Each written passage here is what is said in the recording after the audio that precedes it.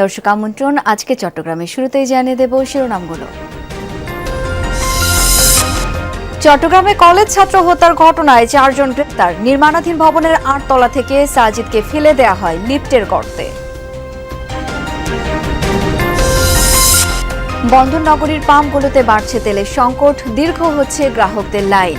Depot থেকে সরবরাহ আরও কমার দাবি ফিলিং স্টেশন কর্তৃপক্ষের।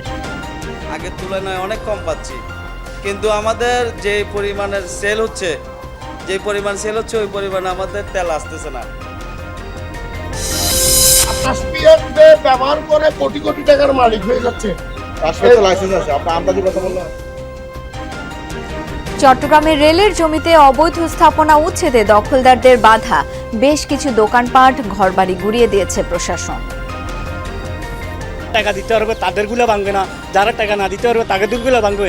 এটা কি সরকারের বিচার? রেলের 80% জায়গা মানুষের দখলে, দখল মুক্ত যদি করতে হয় সবগুলোই করেন। অবৈধ দখলদারদের নিয়মিত অভিযান, এতটুকু। এর বাইরে কোনো কথা না।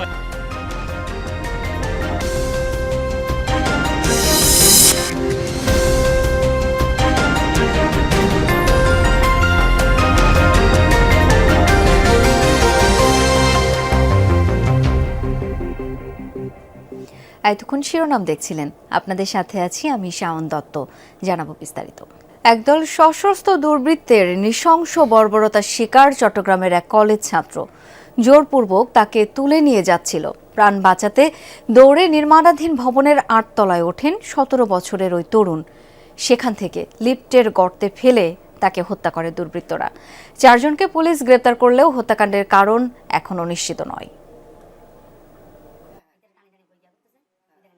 গত রোববার বিকেলে বাকুলিয়া অ্যাক্সেস রোড থেকে কলেজ ছাত্র আশফাক কবির সাজিদকে তুলে নেয় দুর্বৃত্তরা।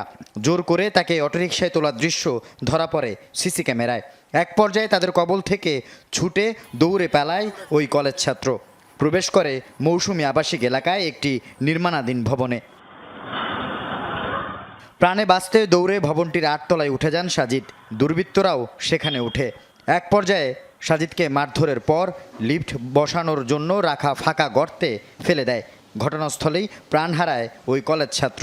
রক্তের দাগ লেগে আছে এখনও। কিশোর গ্যাংয়ের দাওয়ায় উনি প্রাণ বাঁচানোর জন্য এখানে উঠছিল। লাশটা উপর থেকে পড়ছে এই বিল্ডিংয়ের দারোয়ানে শোনার পর ওইখানে একে খুঁজতে গেছে, দেখছে নিচে পড়ে আছে। আমি রাত্রে যখন উঠতেছি তখন এমনি ওই জায়গাটাতে রক্ত দেখলাম। সহায় রাখছে আর কি লাশটা লিফটের পাশে। হ্যাঁ, লিফটের পাশে। তারপর তো পুলিশে সিনজিত বইরা হসপিটাল নিয়ে গেছে। খবর পেয়ে ঘটনা তদন্তে নামে চকবাজার থানা পুলিশ। এসআই মেহেদী হাসান সৈকতের নেতৃত্বে একটি টিম তাৎক্ষণিক অভিযান চালিয়ে ভবনটির কেয়ারটেকার এনামুল হক সহ 4 জনকে গ্রেপ্তার করে। এর মধ্যে এনায়েতুল্লাহ ও আইমন চিহ্নিত সন্ত্রাসী বলে দাবি পুলিশের। তাকে উঠাই নিয়ে গেছে একটা অটোরিকশাতে করে। উঠাই নেওয়ার পরে তারা মারধর করছে। তাদের সামনে থেকে মারধর করতে করতে নিয়ে গেছে। তখন সেটা এখান থেকে ছুরি পাওয়ার পরে দৌড়ে এসে মৌসুমী আবাসিকের দিকে চলে যায়। তারা পিছনে পিছনে চোর করে যারা ধরে নিয়ে গেছে তারা আবার চোর করে দৌড়াচ্ছিল। ফরাসি সংশ্লিষ্ট ছিল। তার মধ্যে আমরা এজার নেমে 7 জনের মধ্যে 4 জনকে গ্রেপ্তার করতে সক্ষম হয়েছি। নিহত সাজিদ বিএফ শাইন কলেজের একাদশ শ্রেণীর শিক্ষার্থী। গ্রামের বাড়ি কক্সবাজারের চকরিয়া। পরিবারের সাথে থাকতো বাকুলিয়া ডিসি রোড ভাড়া বাসায়। স্বজনরা পুলিশকে জানিয়েছে ফারদিন হাসান নামে এক বন্ধু সেদিন ফোন করে সাজিদকে ডেকে নিয়েছিল। আধিপত্য বিস্তার, কিশোর গ্যাংয়ের গ্রুপিং নাকি অন্য কোনো কারণে হত্যাকাণ্ড তা তদন্তে নেমেছে পুলিশ। কিশোর গ্যাং কেন্দ্রিক হইতে পারে, অথবা মাদক সংশ্লিষ্ট হইতে পারে, অথবা তাদের কোনো পূর্বের কোনো বিরোধ থাকতে পারে। আমরা অনেকগুলো বিষয় রেখেই আমরা তদন্তের দিকে আগাচ্ছি। এই ঘটনায় নিহতের বাবা আবুল হাশেম শিকদার বাদী হয়ে চকবাজার থানায় হত্যা মামলা করেছেন। আল আমিন শিকদার, যমুনা নিউজ, চট্টগ্রাম। চট্টগ্রামে জ্বালানি তেল সংকট পরিস্থিতি জটিল রূপ নিচ্ছে। একের পর এক পেট্রোল পাম্প বন্ধ হতে থাকায় তদারকিতে নেমেছে জেলা প্রশাসন ও বিএসটিআই। আজও অভিযান চালিয়ে তেলের মজুদ পরীক্ষা করেন তারা। ডিপো থেকে সরবরাহ দিন দিন কমছে বলে দাবি পাম্পের বিক্রয় কর্মীদের। অন্যদিকে দীর্ঘ হচ্ছে গ্রাহকের লাইন। জ্বালানি তেল নেই ঘোষণা দিয়ে মাইকিং চলছে চট্টগ্রামের এই পেট্রোল পাম্পে। এতদিন রেশনিং পদ্ধতিতে দিলেও এখন তাও বন্ধ। আসলেই কি তেল নেই নাকি মজুত নিয়ে কারসাজি জানতে দুপুরে পাম্পটিতে ঝটিকা অভিযান চালায় চট্টগ্রাম জেলা প্রশাসন ও বিএসটিআই। দাবি হচ্ছে যে ওনাদের অকটেন আর হচ্ছে ডিজেলটা বর্তমানে নেই, মজুদ নেই। আমরা চেক করে দেখলাম ওনাদের আন্ডারগ্রাউন্ড যে স্টোরেজ ট্যাঙ্কটা আছে ওইখানে আমরা মেপে দেখলাম যে ওনাদের দাবি সত্য। পেট্রোল পাম্পের ডিসপেন্সিং ইউনিটের ভেরিফিকেশন এবং হচ্ছে ক্যালিব্রেশন চার্টটা চেক করলাম যে সব কিছু আপ টু ডেট আছে। অকটেনের পাশাপাশি ডিজেল সংকটে ভোগান্তি বেড়েছে আরও। কখন তেল পাবেন বা আদৌ পাবেন কিনা এমন শঙ্কা নিয়ে দীর্ঘ অপেক্ষায় গ্রাহকরা। সকাল 5টা বাজে আসছি অকটেনের জন্য, অকটেন এখনো পাচ্ছি না, এই রোদের মধ্যে দাঁড়ায় আছি। সকালে আসছি এখন বলছে আজকে ডিজেল শেষ, আগামীকালকে দেবে। তাহলে আমরা আজকে গাড়ি কিভাবে চালাবো? আজকে তো বন্ধ, আজকে তেল দিবে না, কালকে দিবে, তো গাড়িটা নিয়ে বই থাকতে হবে। পাচ্ছি না, এখন অসুবিধা না, এখন মনে করেন যে ইনকামটা আমার গাড়ির উপরে উঠবে। আমি সিরিয়াল ধরে যে এত টাইম ধরে দাঁড়ায় যে তেল ফুরাইলাম তারও হিসাব হচ্ছে না। পাহাড়তলী ওয়্যারলেস এলাকার এই পেট্রোল পাম্পটির চিত্র একই। ডিপো থেকে জ্বালানি তেল না পাওয়ায় বন্ধ আছে বেশ কয়েকদিন ধরে। তারপরও বাইরে অপেক্ষায় অনেকে। 2টা দিকে আসবে, দিবে, আবার কেউ কেউ বলতেছে 3টায় দিবে, বাসা ধরে বসে রয়েছে। 7 দিন ধরে পেট্রোল পাম্পে ঘুরতেছি, তেল পাইতেছি না। পুরো সিটে ঘুরছি, তেল পাইতেছি না। তেল পাইতেছি না, মানে এদিকে দৌড়াদৌড়ি, এদিকে দৌড়াদৌড়ি, মানে এটা এখন বন্ধ, এখন দেখবো ওরা কখন খোলে। ডিপো থেকে আগে সীমিত জ্বালানি তেল পেলেও ইদানিং তা আরও কমে যাওয়ায় বিপাকে পাম্পের বিক্রয় কর্মীরা। আগের তুলনায় অনেক কম পাচ্ছি, কিন্তু আমাদের যে পরিমাণের সেল হচ্ছে ওই পরিমাণে আমাদের তেল আসতেছে না। জোবায়েত ইবনে শাহাদাত, যমুনা নিউজ, চট্টগ্রাম। চট্টগ্রামের পেট্রোল পাম্পগুলোর পরিস্থিতি জেনে নিতে চাই সহকর্মী জুবায়ের রিফাত এখন যুক্ত হচ্ছেন। রিফাত, বন্দরনগরের পাম্পগুলোতে তেল সরবরাহ কেমন দেখছেন? গ্রাহকরা কি চাহিদা মতো তেল পাচ্ছেন?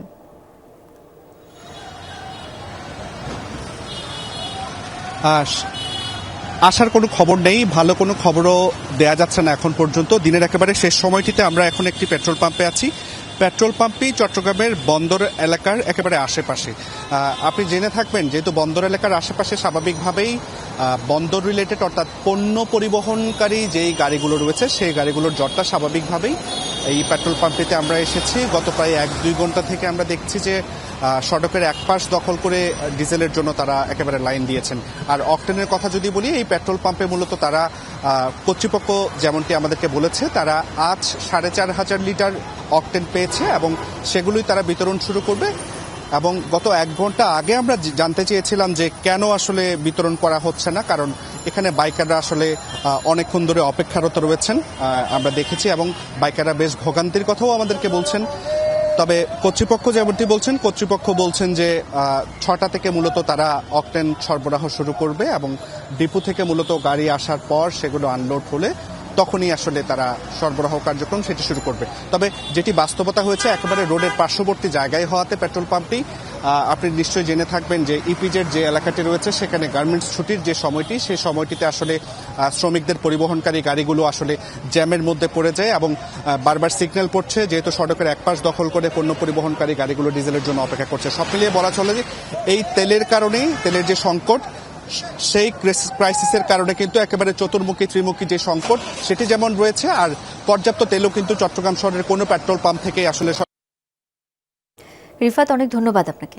চট্টগ্রামে রেলের শত শত একর জমি অবৈধ দখলে, সেখানে গড়ে উঠেছে রেস্টুরেন্ট, দোকানপাট, ঘরবাড়ি। উচ্ছেদে গেলে বাধা দেন দখলদাররা। আজও একটি টিম অভিযানে গেলে বাকবিতণ্ডায় জড়ান তারা।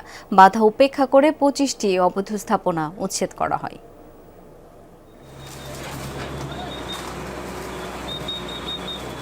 সকালে নগরীর সিআরবি গোয়ালপাড়া এলাকায় উচ্ছেদ অভিযানে ভেঙে গুড়িয়ে দেওয়া হয় অবৈধ দোকানপাট ও স্থাপনা। এ সময় অভিযান টিমের সাথে বাকবিতণ্ডায় জড়ান দখলদাররা। পূর্ব ঘোষণা ছাড়া উচ্ছেদে তারা ক্ষতিগ্রস্ত বলে দাবি করেন। যারা টাকা দিতে পারবে তাদেরগুলো ভাঙবে না, যারা টাকা না দিতে পারবে তাদেরগুলো ভাঙবে। এটা কি সরকারের বিচার? বারবার উড়াইতে আসি, প্রত্যেকবারে ভাঙতে, একবার ভাঙতে বিহাতে হসর উড়াই। অবস্থা বেশি খারাপ, ঘর ভাড়া দিয়ে চলবো যেমন ক্ষমতা নাই। রেলের 80% জায়গা মানুষের দখলে, দখলমুক্ত যদি করতে হয় সবগুলোই করেন। সিআরবি এলাকার চারপাশে রেলের অনেক জমি বছরের পর বছর বেদখলে। আওয়ামী লীগ সরকারের সময় দলটির নেতারা রেস্টুরেন্ট থেকে শুরু করে দোকানপাট, ঘরবাড়ি তুলে ভাড়া দেন। উচ্ছেদে গেলেই আসে বাধা। আমরা একটা জিনিস জানাইতে হইব, বা 2 দিন আগে 3 দিন আগে যদি জানাইতো তাহলে কিন্তু আমাদের ক্ষতিটা হইতো না। রাজপথে বসে থাকতে হবো, যারা আছি আমরা গরিব মানুষ, দেখি সরকারে কি করে, এছাড়া তো আমাদের করার কিছু নাই। আমরা কি করব? আমরা অবশ্যই রাস্তা আন্দোলন শুরু করে দিব, রাস্তাঘাট বন্ধ করে দিব। আমাদের এই ছাড়া উপায় নেই। প্রায় ঘণ্টাখানেকের অভিযানে অন্তত 25টি স্থাপনা উচ্ছেদে উদ্ধার করা হয় কয়েক একর জায়গা। আমাদের নিয়মিত অভিযান, অবৈধ দখলদারদের নিয়মিত অভিযান, এতটুকু। এর বাইরে কোনো কথা না। জোবায়েদ ইবনে শাহাদাত, যমুনা নিউজ, চট্টগ্রাম। রাঙ্গামাটি বান্দরবান সড়কে ভোগান্তির আরেক নাম কাপ্তাই ফেরিঘাট। ঘণ্টার পর ঘণ্টা অপেক্ষা, অনিশ্চয়তা আর দুর্ভোগ এ যেন এখানকার মানুষের নিত্যদিনের সঙ্গী। তবে দীর্ঘ 3 দশকের ভোগান্তি লাঘবে নির্মিত হতে যাচ্ছে সেতু, শেষ হয়েছে সম্ভাব্যতা যাচাই। কাপ্তাই চন্দ্রঘোনা ফেরিঘাটের 2 পারে থেমে থাকা গাড়ির দীর্ঘ লাইন, ফেরির অপেক্ষায় ক্লান্ত মানুষ। সময় গড়িয়ে যায় কিন্তু ফেরির দেখা মেলে না। পারাপারের অনিশ্চয়তা যেন এখানকার প্রতিদিনের বাস্তবতা। জরুরি রোগী নিয়ে আসা অ্যাম্বুলেন্সও আটকে পড়ে একই লাইনে। বর্ষায় দুর্ভোগ আরও ভয়ঙ্কর রূপ নেয়। নদীর স্রোত বেড়ে গেলে বন্ধ হয়ে যায় ফেরি চলাচল। কাপ্তাই জলবিদ্যুৎ কেন্দ্রের বাঁধ খুলে দিলে পরিস্থিতি হয়ে ওঠে আরও ঝুঁকিপূর্ণ। তখন জীবনের ঝুঁকি নিয়ে ছোট নৌকা বা ইঞ্জিন চালিত বোটে পারাপারে বাধ্য হয় মানুষ। ফেরির কারণে রোগীরা ফেরিটা দেরি হওয়ার কারণে রোগীরা অনেক কষ্ট পায়। অনেক সময় ঘন্টাকে ঘন্টা গাড়ি দাঁড়িয়ে থাকতে হয়। বিশেষ ফেরির এপার ওপার কম হচ্ছে। নির্দিষ্ট সময় কখনো যাওয়া সম্ভব হয় না। এক এক সময় ফেরির কারণে আপনার প্রায় 1.5 ঘন্টা 2 ঘন্টা পর্যন্ত অপেক্ষা করতে হয়। রাঙ্গামাটির কাপ্তাই চন্দ্রঘোনা হয়ে রাজস্থলী ও বাঙ্গালহালিয়া পেরিয়ে বান্দরবান পর্যন্ত বিস্তৃত এই সড়কটি পাহাড়ি অঞ্চলের প্রাণরেখা। প্রতিদিন কৃষিপণ্য, ব্যবসা বাণিজ্য, শিক্ষা ও চিকিৎসার প্রয়োজনে হাজারো মানুষের যাতায়াত এই পথ দিয়ে। রাঙ্গামাটি থেকে বান্দরবান যেতে অনেক কষ্ট হয়ে যাচ্ছে এবং রাজস্থলী এই ব্রিজের উপর দিয়ে, এই নদীর উপর দিয়ে হাজার হাজার গাড়ি পার হচ্ছে। পার্বত্য চট্টগ্রামের মেন প্রাণ কেন্দ্র হলো যে এই কর্ণফুলী খাল। এই কর্ণফুলী খালের ব্রিজের কারণে আমরা লক্ষ লক্ষ মানুষ প্রতিদিন হয়রানির শিকার। তবে দুঃখের দিন এবার ঘুচতে যাচ্ছে। 1600 কোটি টাকা ব্যয়ে কর্ণফুলী নদীর উপর প্রায় 532 মিটার দীর্ঘ কেবল স্টেট সেতু নির্মাণে তোড়জোড় চলছে। নদীর মাঝখানে থাকবে না পিলার, ফলে বজায় থাকবে স্বাভাবিক স্রোত ও নৌযান চলাচল। সেতুটির ফিজিবিলিটি স্টাডি হয়েছে, হাইড্রোমর্ফোলজিক্যাল স্টাডি হয়েছে এবং ডিটেইলস ডিজাইন হয়েছে।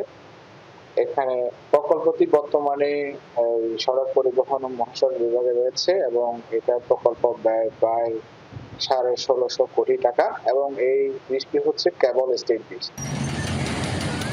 আল আমিন শিকদার, যমুনা নিউজ। পার্বত্য চট্টগ্রামের ভূমি সমস্যার সমাধান সহ স্থানীয়দের আর্থসামাজিক উন্নয়নে কাজ করছে সরকার, এমনটাই জানিয়েছেন পার্বত্য চট্টগ্রাম ও ভূমি প্রতিমন্ত্রী মীর মোহাম্মদ হেলাল উদ্দিন। সকালে বান্দরবানের সোয়ালক এলাকায় ম্রো আবাসিক উচ্চ বিদ্যালয় পরিদর্শন শেষে সাংবাদিকদের এসব কথা জানান তিনি। প্রতিমন্ত্রী বলেন, ভূমি সমস্যার পাশাপাশি অবকাঠামো উন্নয়ন, শিক্ষা, চিকিৎসা, নিরাপদ পানি এবং সাধারণ মানুষের আর্থসামাজিক অবস্থার উন্নয়নে সরকার বিভিন্ন পদক্ষেপ গ্রহণ করেছে। পরে বিদ্যালয়ের শিক্ষার্থীদের হাতে ক্রীড়া সামগ্রী তুলে দেন প্রতিমন্ত্রী। চট্টগ্রামের রাউজানে শেষ হয়েছে গুজরা উপালি সংঘ আয়োজিত 3 দিনব্যাপী বৈশাখী উৎসব। পশ্চিম আধারমানিক এলাকায় সংগঠনের মাঠে শেষ দিনেও অনুষ্ঠিত হয় শোভাযাত্রা, আলোচনা সভা এবং বর্ণাঢ্য সাংস্কৃতিক আয়োজন। নাচ ও গান পরিবেশন করেন শিল্পীরা। পরে পুরস্কার বিতরণ করা হয়। অনুষ্ঠানে সংঘের সভাপতি, সাধারণ সম্পাদক সহ উপজেলা প্রশাসন ও পুলিশ কর্মকর্তারা উপস্থিত ছিলেন। খাগড়াছড়ির মানিকছড়িতে সেনাবাহিনীর উদ্যোগে মেডিকেল ক্যাম্পেইন ও বিনামূল্যে চক্ষু শিবির অনুষ্ঠিত হয়েছে। সকালে উপজেলার যোগ্যাঝোলা প্রাথমিক বিদ্যালয়ের মাঠে কার্যক্রমের উদ্বোধন করেন সিন্দুকছড়ি জোনের অধিনায়ক লেফটেন্যান্ট কর্নেল ইসমাইল শামস আজিজি। এতে পাহাড়ের দুর্গম এলাকা থেকে আসা প্রায় 1500 পাহাড়ি ও বাঙালি রোগী সেবা নেন। চিকিৎসা প্রদানের পাশাপাশি সকল রোগীকে বিনামূল্যে প্রয়োজনীয় ওষুধ ও চক্ষু রোগীদের মাঝে চশমা বিতরণ করা হয়।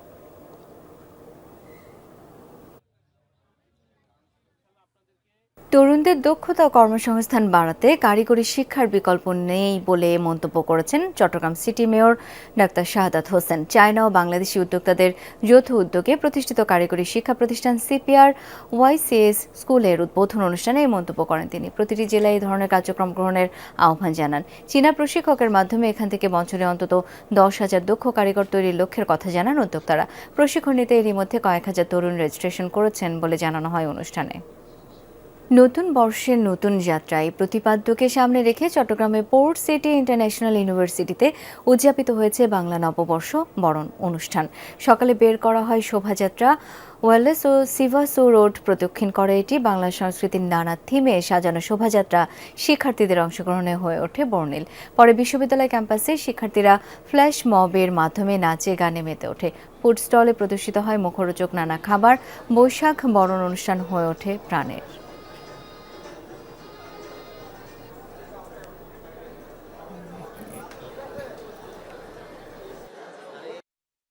আমাদের আনন্দটা আসলে অনেক বেশি, কারণ আমরা 3 বছরে এই ফার্স্ট নববর্ষ পাচ্ছি। কারুকাজ, হাতের বিভিন্ন কাজ করেছি আমরা, এগুলো আজকে প্রদর্শনীয় করেছি। আমাদের দেশে যে জাতিগোষ্ঠী রয়েছে তাদের যে বন্ধন বা সম্প্রীতি তা তুলে ধরার চেষ্টা করে এই আয়োজনের মাধ্যমে তাদেরকে বিশ্ববিদ্যালয়মুখী করা, ক্লাসমুখী করা, সম্পৃক্ত করা, বন্ধনটা বাড়ানো, এটাই আমাদের প্রয়াস। চট্টগ্রামে খেলোয়াড় ও ক্রীড়া সংগঠকদের অংশগ্রহণের আনন্দ সমাবেশ অনুষ্ঠিত হয়েছে। অনুষ্ঠান থেকে বক্তারা স্থবির হয়ে পড়া ক্রীড়াঙ্গন পুনরুজ্জীবিত করতে কার্যকর উদ্যোগ গ্রহণের আহ্বান জানান। পাশাপাশি চট্টগ্রাম জেলা স্টেডিয়াম শুধুমাত্র ফুটবল ফেডারেশনকে দেওয়ার ঘোষণা বাতিলের দাবি জানান। অনুষ্ঠানে city mayor Shahadat Hossain, cricket বোর্ডের পরিচালক ইসরাফিল খসরু, আবুল হাশেম বক্কর ও জেলা ক্রীড়া সংস্থার কাউন্সিলররা উপস্থিত ছিলেন।